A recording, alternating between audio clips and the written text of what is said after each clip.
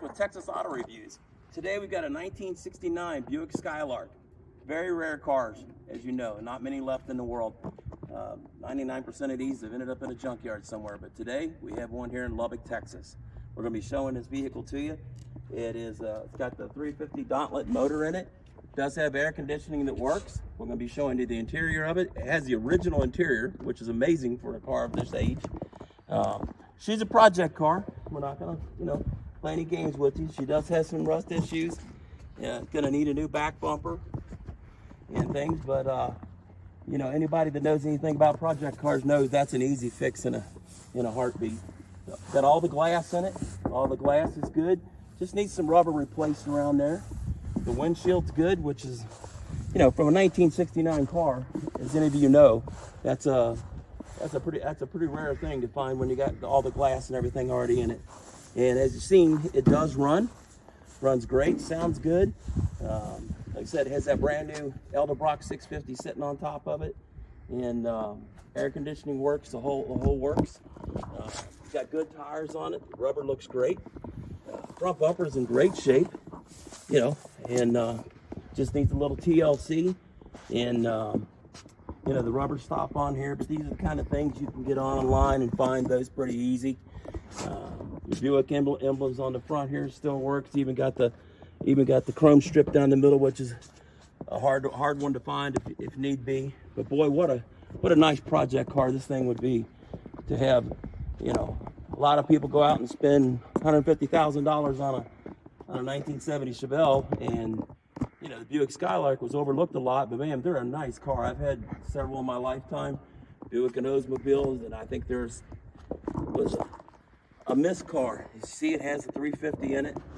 Still got the emblems on the back here. Even got the little badging, which is hard to find.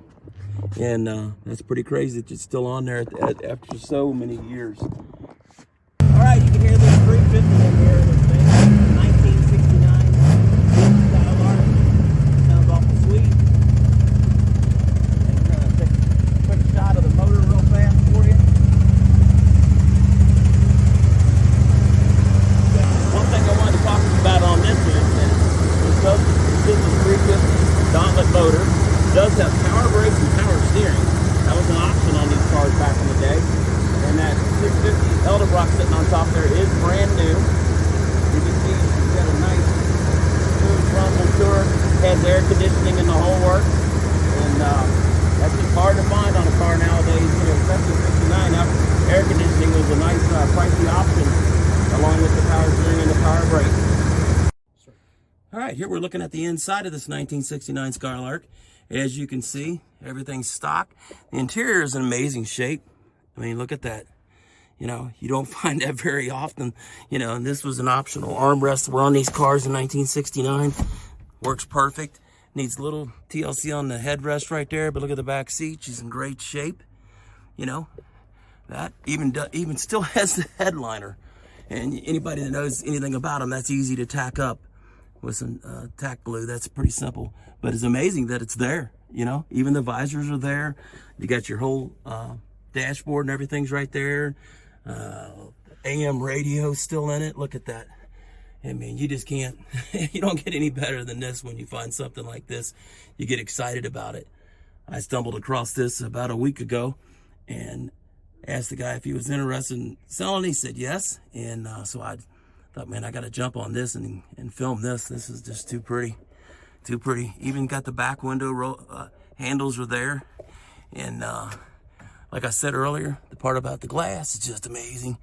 And for those of us that, it does have the lap belts, and it's even got the hanging shoulder belts there. Everything's in place.